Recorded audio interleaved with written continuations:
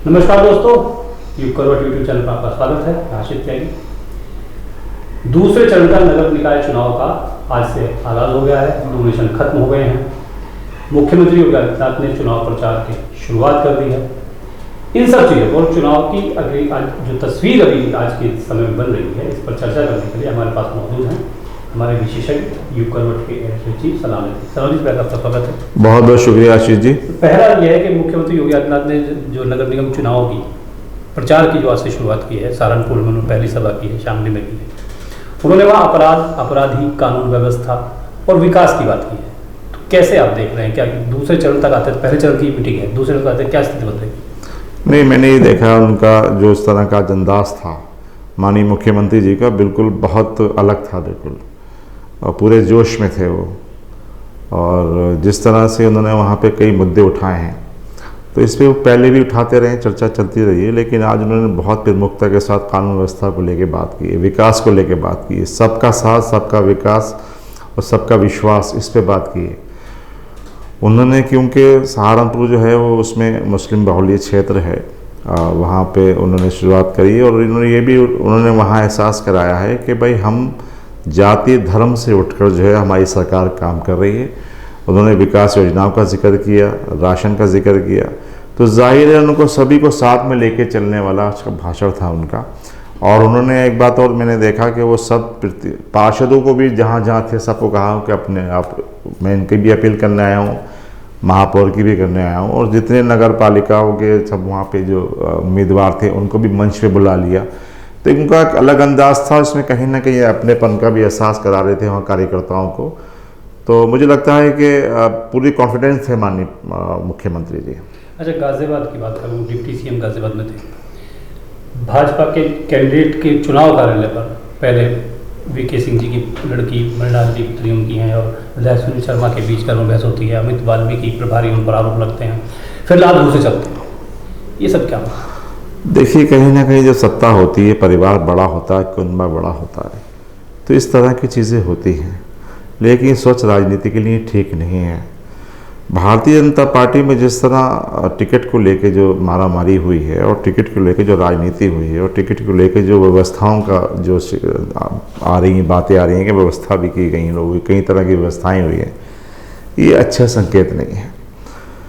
जो गुटबाजी भारतीय जनता पार्टी में बड़े नेताओं में और संगठन में और जनप्रतिनिधि में चल रही थी, उसको खुलासा तो पहले भी हो गया था, लेकिन हमें लगता था कि कहीं हाई कमान ने जो बैठ के बात करी है कि इसको जो है ये बिल्कुल इसको समाप्त कर दिया जाए और इस पर कोई बात ना हो, लेकिन वो ख़त्म नहीं हुआ। हाथ मिले लेकिन दिल नहीं मिले। मैंने यही महसूस किया है, कई बार ऐसे कार्यक्रम हुए हैं जहाँ पे महसूस किया गया कि इन लोगों के हाईकमान ने कहने के बाद हाथ तो मिला लिए बट दिल नहीं मिले। अब जिस तरह मारामारी हुई है, जिस तरह लिस्टें बदली गई हैं, यहाँ से लिस्ट गई है लखनऊ बदली, लखनऊ से लिस्ट आई है वो यहाँ बदल दी गई, वहाँ से चल के दिल्ली गई है वहाँ चेंज हुआ, तो इससे कहीं ना कहीं जो एक आम कार्यकर्ता था उसको निराशा भी हाथ लगी है। जो लोग 20-20 साल 25-25 साल से काम कर रहे थे, ऐसे लोगों का टिकट भी कट गया है। जो भी पार्टी में आए हैं उनको आपने टिकट दे दिया, तो निराशा जो है वो स्वाभाविक है। लेकिन बड़े नेताओं ने जो गेम किया है वो ठीक नहीं है, वो अच्छा संकेत नहीं है। 2024 आपके सामने है। 2000 कार्यकर्ता तो जैसे देवतुल्य कार्यकर्ता होता है, चुनाव में कहा जाता है। आज वो उसको घुसने नहीं दे रहे हैं आप, उसका फोन अटेंड नहीं कर रहे हैं आप। वो देवतुल्य क्या सिर्फ इसी के लिए वो दरिया बिछाता रहे? वो कार्यकर्ताओं की भी तो कहीं होती है ना, कहीं कोई उनकी नहीं। आप देखिए 5 दिन से मैं बड़े नज़ारे देख रहा था, जो कार्यकर्ता बेचारे 25-25 साल से काम कर रहे हैं, वो सिर्फ अपना नाम लिस्ट में जुड़वाने के लिए सिफारिशें कराते थे। टिकट वाली बात तो बहुत दूर की थी, तो क्यों करेगा कोई काम? रही सही जो लिस्ट आई है उसको लेके आप देखो क्या हो गया। फिर बड़े नेताओं की गुटबाजी, कोई कहता जी मंत्री जी की चली, कोई कहता जी उनकी नहीं चली, कोई कहता जी विधायकों की चली, विधायकों ने अपने लोगों को फिर दोबारा से सबको एडजस्ट करा दिया। तो ये तमाम चीज़ें जो हैं, जो मैं समझता हूँ निगम चुनाव में भी कहीं ना कहीं इसका असर दिखाई देगा। सेकंड ये है कि जो 2024 आ रहा है, 2024 में जहाँ एक तरफ ये विधायक होंगे, संगठन होगा, इधर दूसरी तरफ माननीय उम्मीदवार जो भी पार्टी बनाएगी वो होगा। तो कैसे तालमेल होगा? ये बड़ा गंभीर मामला है। अच्छा, जिस तरह से खुलेआम कई, यहाँ तक कि भाजपा के मंडल अध्यक्ष तक ये आरोप लगे, मंडल से बड़ा पद भाजपा में माना जाता है कि खुलेआम उन्होंने आरोप लगाया कि पैसे लेके टिकट दिए हैं, तो ये तो भाजपा की छवि बहुत ज़्यादा खराब नहीं। अब देखिए, आरोप लगाना बड़ा आसान है आशीष जी, जब तक इसकी कोई प्रमाणिकता नहीं हो सकती तब तक इस बारे में कोई भी ऑथेंटिक हम लोग नहीं कह सकते। आरोप तो लगा सकता है, जिसका काम नहीं होता वो आरोप लगाया था कि जी मैंने इनको पैसा दिया, इन्होंने उसके बाद कर दिया, या मैंने नहीं किया, उनसे पैसा ले लिया, उनसे काम कर दिया। ये एक आरोप बड़ा एक आम आरोप हो गया, पैसे लगाने का, रिश्वत मांगने का। तो आसान बात है। और चुनाव में तो होता है, हुआ है नहीं हुआ ये तो संगठन इसकी जांच कराए। अगर ऐसे आरोप लग रहे हैं तो जांच तो बनती है, जांच होना चाहिए इसमें। बट हम आप इस पर यकीन के साथ नहीं कह सकते कि कुछ ऐसा हुआ है। कांग्रेस ने उत्तराखंड कार्ड खेला है, पुष्पा रावत को टिकट दिया है, उत्तराखंड बड़ी तादाद में वोटर। जी जी जी जी। तो क्या लग रहा है, क्या कांग्रेस को संजीवनी मिल सकती है इस चुनाव में? देखिए, संजीवनी मिलना नहीं मिलना ये तो अभी बहुत जल्दबाजी होगा। हाँ, ये बात सही है कि उत्तराखंड समाज को जो है इस बार जो है पूरी तरजीह दी गई है और कांग्रेस ने उतारा है उनका। उत्तराखंड जो समाज यहाँ है, जो उसके मतदाता हैं, वो बड़ी निर्णायक भूमिका में है। हर चुनाव में उनकी भूमिका अहम रहती है और वो हर जगह है। हिंडन पार में तो उनका बहुत ज़्यादा वोटर परसेंटेज है। तो जाहिर ये है कि अब ये पुष्पा रावत जी अपने समाज का, अच्छा फिर सबसे ज़्यादा ये होता है क्षेत्रवाद बहुत होता है इनमें, तो मुझे लगता है कि क्षेत्रवाद ज़्यादातर हो गया तो कुछ जिस तरह से कांग्रेस के भी फाइट में दिखाई नहीं दी यहाँ पे, तो हो सकता है कहीं ना कहीं ये पुष्पा रावत जी उनको एक थोड़ा सा फाइट में ले आए, मैं समझता हूँ। अच्छा, समाजवादी पार्टी ने वक्त पर पहले टिकट एक वैश्य को दिया, फिर काट के यादव को दे दिया। सिकंदर यादव की पत्नी अब कैंडिडेट है पुणे इस समय। तो क्या लगता है पिछली बार के मुकाबले सपा ज़्यादा वोट ले जाएगी या कोई फर्क इस चीज़ से पड़ नहीं रहा है? देखिए, समाजवादी पार्टी का जो कमिटेड वोट है MY जी, ठीक है, तो वो पिछली बार भी जो यहाँ पे विधानसभा चुनाव हुए तमाम प्रयासों के बाद भी उस वोट को कोई कम नहीं कर पाया। और वो विशाल वर्मा जो बिल्कुल चुनाव में नए थे, वो आए और उसके बाद आने के बाद जितना उन्होंने जो पूर्व प्रत्याशी रहे उसमें के शर्मा पहले रह रहे थे वो गठबंधन से, उनसे ज़्यादा 2000 वोट ले गए। वो शायद 39 लाए थे, ये 42,000 लेके आ गए। तो मुझे लगता है जो कमिटेड वोट है वो उसमें हो सकता है कि कुछ, क्योंकि जो सिकंदर यादव हैं उनका एक अपना व्यवहार है, अपना एक संबंध है लोगों से, वो सब जगह दुख सुख में जाते हैं, तो हो सकता है कि वो कहीं ना कहीं अपने इस वोटर बैंक जो है इसको और बढ़ा लें। अच्छा, आम आदमी पार्टी और बसपा भी चुनाव में है। बसपा की उम्मीद आप पहले जैसे सोचते कि मुस्लिम चेहरा बसपा लाएगी, वो वैसे ही हुआ है। हम लोगों ने डिस्कस किया था कि मुस्लिम उम्मीदवार उतार रहे हैं, बसपा ने वही उतारा है। तो अब अगर मुस्लिम वोट तो अखिलेश के साथ है, तो मुस्लिम कैंडिडेट बसपा उतार के कुछ ले जाएगी या वोट कटवा पार्टी रह जाएगी? अब मुझे लगता है कि देखिए, बहन जी ने बहुत ज़्यादा समझदारी से इस बार काम किया और जो उन्होंने पहले भी जो 10 नगर निगम महापौर घोषित किए थे उसमें 6 मुस्लिम थे। अब गाज़ियाबाद में भी उन्होंने जो है ये मुस्लिम कार्ड खेला है। तो मुझे लगता नहीं कि कहीं ना कहीं कुछ मुस्लिम तो उनकी तरफ झुकाव तो है बसपा की तरफ, अब इसमें भी कोई दो राय नहीं है, लेकिन कितनी वो फाइट में रहेंगी ये तो अभी कहना बहुत मुश्किल होगा। अच्छा, डासना में भी समाजवादी पार्टी के खेल हुआ है, उम्मीदवार किसी को घोषित किया गया है, आज जिलाध्यक्ष की भाई की पत्नी पर्चा भर देती है, तो ये क्या है? समाजवादी पार्टी। हाँ, वो एक्चुअल में वहाँ पे जो है जो जिलाध्यक्ष थे माननीय श्री साजिद हुसैन साहब जिलाध्यक्ष रहे हैं पहले और समाजवादी पार्टी के बड़े वरिष्ठ नेताओं में हैं। अब उनके बेटे अब उनके बेटे फैसल, अब वो अपने भाई के लिए मांग रहे थे, कासिद जी के लिए। तो उनसे मुझे जहाँ तक जानकारी थी पहले ही कहा गया था कि आप जो हैं किसी और को टिकट हम देंगे और आप संगठन में आपको जिम्मेदारी दी जाएगी। तो मुझे लगता है कि उनके बेटे को जिलाध्यक्ष बना दिया गया, ये बड़ी जिम्मेदारी दे दी गई। उसके बावजूद भी शायद वो उन्होंने फिर दोबारा से वहाँ पे पर्चा भरवा दिया है। तो हो सकता है कि नाम वापसी 27 को है, इसमें कुछ ना कुछ होता तो कुछ चेंज हो जाए, इसलिए वहाँ डिक्लेयर भी नहीं किया अभी तक किसी को समाजवादी पार्टी ने। अच्छा, तो मतदाता की बात करना तो अभी ठीक रहेगा नहीं, मतदाता तो मूड देखेगा किसका क्या रहेगा। हाँ, वो तो सब आखिरी अदालत है, मतदाता तो बिल्कुल आखिरी अदालत है, उसके बाद क्या फैसला सुनाता है वो तो वही सुना। चुनाव के बीच हाँ जी, सब बदलता रहेगा। जी बिल्कुल बिल्कुल बिल्कुल सच बात है कि चुनाव में मतदाता ही आखिरी अदालत है और आखिरी अदालत तब अभी दलील होंगी, वकील होंगे, दावे होंगे, घोषणाएं होंगी और मतदाता क्या रुख अपनाएगा ये चुनाव के धीरे धीरे समय बीतते पता चल जाएगा। समाजवादी पार्टी, कांग्रेस, सपा, बसपा, भाजपा और भाजपा में जो तुम पैदा हुई उस सब पर आपने सलामा जी के विचार सुने हैं और निश्चित रूप से आपको गाजियाबाद की राजनीति की एक समझ जो है इससे आपको उसमें मजबूती मिलेगी। इस तरह की चर्चा चुनाव में हम लगातार करते रहेंगे और आपको चुनाव से जुड़ी हर जानकारी देते रहेंगे। धन्यवाद। नमस्कार, बहुत बहुत थैंक यू। और अब आज का बुलेटिन। मुख्यमंत्री योगी आदित्यनाथ ने नगर निकाय चुनाव के प्रचार की शुरुआत कर दी है। इसका शंखनाद उन्होंने सहारनपुर से किया। योगी ने प्रदेश की कानून व्यवस्था, अपराधियों का खात्मा और विकास को लेकर अपनी सरकार की तारीफ की है। उत्तर प्रदेश के मुख्यमंत्री योगी आदित्यनाथ ने नगर निकाय चुनाव का शंखनाद सहारनपुर से किया। उन्होंने सहारनपुर के महाराज सिंह डिग्री कॉलेज मैदान पर जनसभा को संबोधित किया। जनसभा को संबोधित करते हुए सीएम योगी ने कहा कि पीएम नरेंद्र मोदी के नेतृत्व में सहारनपुर विकास के पथ पर अग्रसर है। उन्होंने कहा कि आज प्रदेश में कानून व्यवस्था का राज कायम है। प्रदेश की कानून व्यवस्था पूरे देश में नजरिए बन चुकी है। माफिया और अपराधी अब अतीत हो गए हैं। अब यूपी भयमुक्त है। क्योंकि 17 के पहले सरकारों को दंगा कराने से ही फुर्सत नहीं था। याद करिए कैसे यहां पर गुरुद्वारे से जुड़े हुए एक मामले में कैसे दंगा करवाया गया था, कैसे सिख भाइयों के ऊपर हमला करवाया गया था, कैसे कर्फ्यू लगा था। और भाइयों बहनों, आज सहारनपुर तो क्या उत्तर प्रदेश में भी कहीं कर्फ्यू नहीं लगता। अब तो कावड़ यात्रा निकलती है। कावड़ यात्रा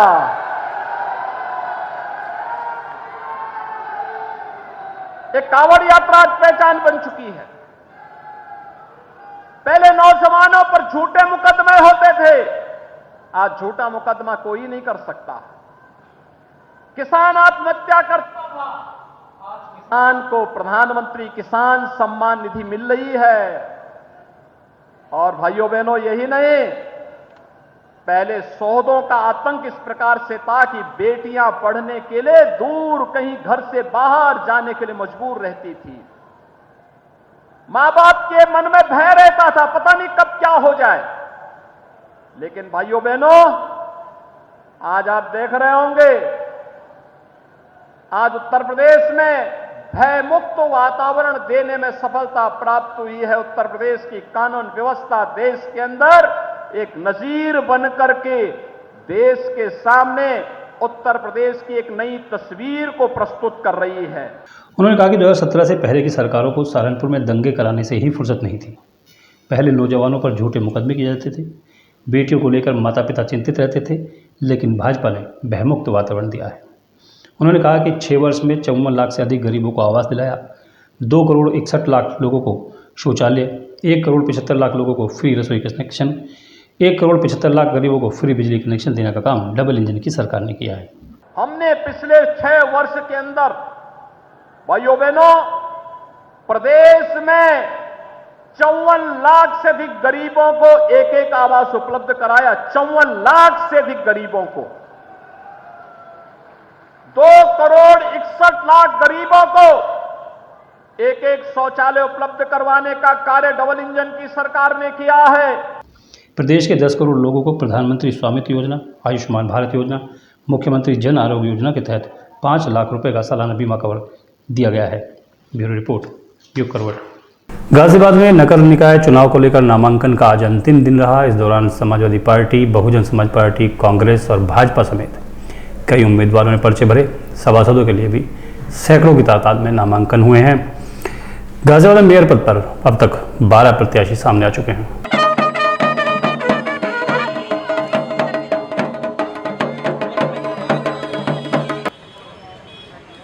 नगर निकाय चुनाव के लिए आज नामांकन पत्र दाखिल करने का अंतिम दिन था। इस दौरान सभी राजनीतिक दलों के प्रत्याशियों ने दल बल के साथ कलेक्ट्रेट में नामांकन पत्र दाखिल किया। सबसे पहले समाजवादी पार्टी की मेयर पद की प्रत्याशी पूनम यादव आई। उन्होंने 11:30 पर नामांकन जमा किया। उनके साथ समाजवादी पार्टी के अध्यक्ष वीरेंद्र यादव, सिकंदर यादव, विधायक मदन भैया, रेखा चौधरी, नार सिंह यादव, विकास यादव आदि थे। पूनम ने कहा कि भाजपा ने नगर निगम में भ्रष्टाचार किया है, जीतने के बाद उसकी जांच होगी। पर्चा दाखिल किया, हाउ यू आर फील, कैसा महसूस कर रहे हैं, सबसे पहले तो ये बताएं। मैं बहुत अच्छा फील कर रही हूँ और मैं बस इस मुद्दे की बात की जाए, क्या मुद्दे रहेंगे प्रमुख मुद्दे जो हैं? देखो पॉजिटिव शिक्षा और स्वास्थ्य, क्लीनिनेस, रोजगार, इन सब पे पूरी तरह से ध्यान रखेंगे। बहुत ट्रैफिक, जैसे कि आजकल देख रहे हैं कि स्कूल बच्चे जाते हैं तो ट्रैफिक में फंसे पड़े रहते हैं दोपहरी के टाइम पे भी, उनके लिए कोई ट्रैफिक रूल हो, पार्किंग का पूरा सही ध्यान रखें और सारे कुछ सैनिटाइजेशन का पूरा ध्यान रखें और कोई ऐसा कोई साफ सफाई का पूरी इसके बाद कांग्रेस पार्टी की उम्मीदवार पुष्पा रावत ने 12:20 पर नामांकन पत्र जमा किया।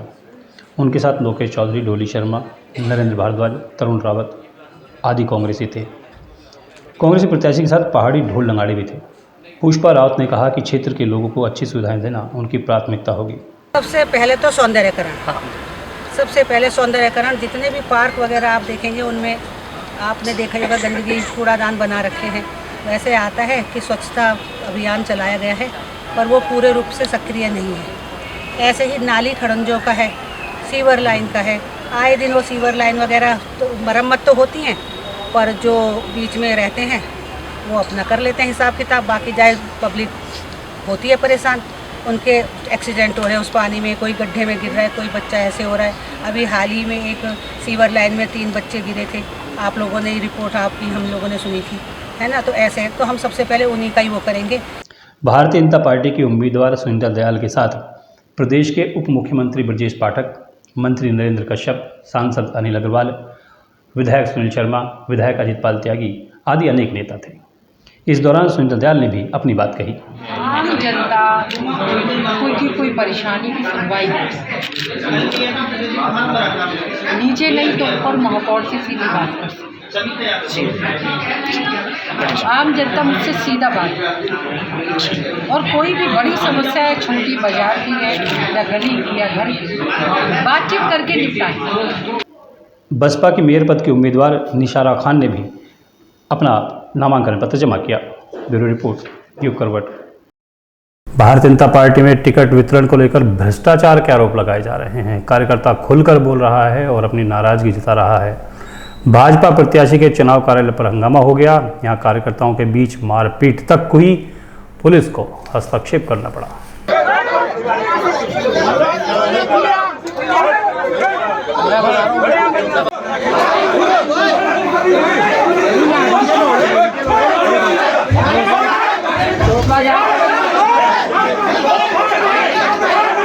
गालियां दी जा रही हैं, लात घूंसे चल रहे हैं और विधायक सुनील शर्मा एक कोना पकड़ कर निकल जाते हैं। कुछ लोग बीच बचाव करने का प्रयास भी करते हैं, मगर स्थिति काबू में तब आती है जब पुलिस की एंट्री हो जाती है। ये मामला है विधायक अजितपाल त्यागी के आरडीसी स्थित ऑफिस का, जो अब भाजपा की मेयर पद की प्रत्याशी सुनीता दयाल का चुनाव कार्यालय है।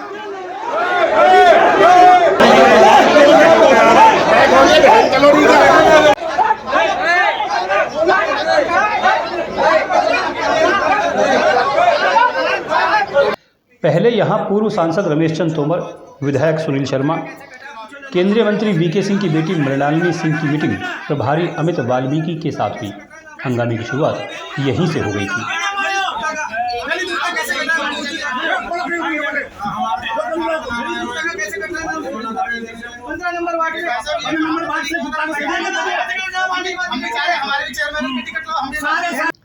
इसके बाद खोड़ा में रहने वाले नेता कालू यादव के बेटे ने गेट पर कब्जा कर लिया। उसने पार्टी के कार्यकर्ताओं को अंदर आने से रोक दिया। इसी बात पर मारपीट शुरू हो गई। इस दौरान विधायक सुनील शर्मा चुपचाप निकलते हुए दिखाई दिए। दरअसल मामला खोड़ा और नगर निगम के टिकटों में धांधली के आरोप का था। बाहर खड़े गुंडे, किसके गुंडे हैं? क्या नाम है? कोई गुंडा नहीं था इधर। सुनील कुमार। किस बात पे विवाद हुआ? विवाद क्या है? कोई विवाद नहीं है, वहाँ अपना सिंबल लेने हमारे को होल्ड कर दिया गया। किस बार कहाँ से हैं? 18 नंबर। अभी क्या हुआ यहाँ पर? अभी क्या हुआ यहाँ पर? अभी की बात करें तो कोई ऐसी कोई नहीं था, बस सुनील शर्मा और जनरल साहब के बीच ऐसे ही बात चल रही थी। हम लोग अंदर आए, दीदी ने कहा अंदर आ जाओ, इतने में वो लोग खींच के हमें हाथापाई करने लगे। आपके साथ हाथापाई? हाँ, नाम हमें भी नहीं पता, वो लोग बाहर है, ऐसे तो हम जानते नहीं किसी को। टिकट के दावेदार?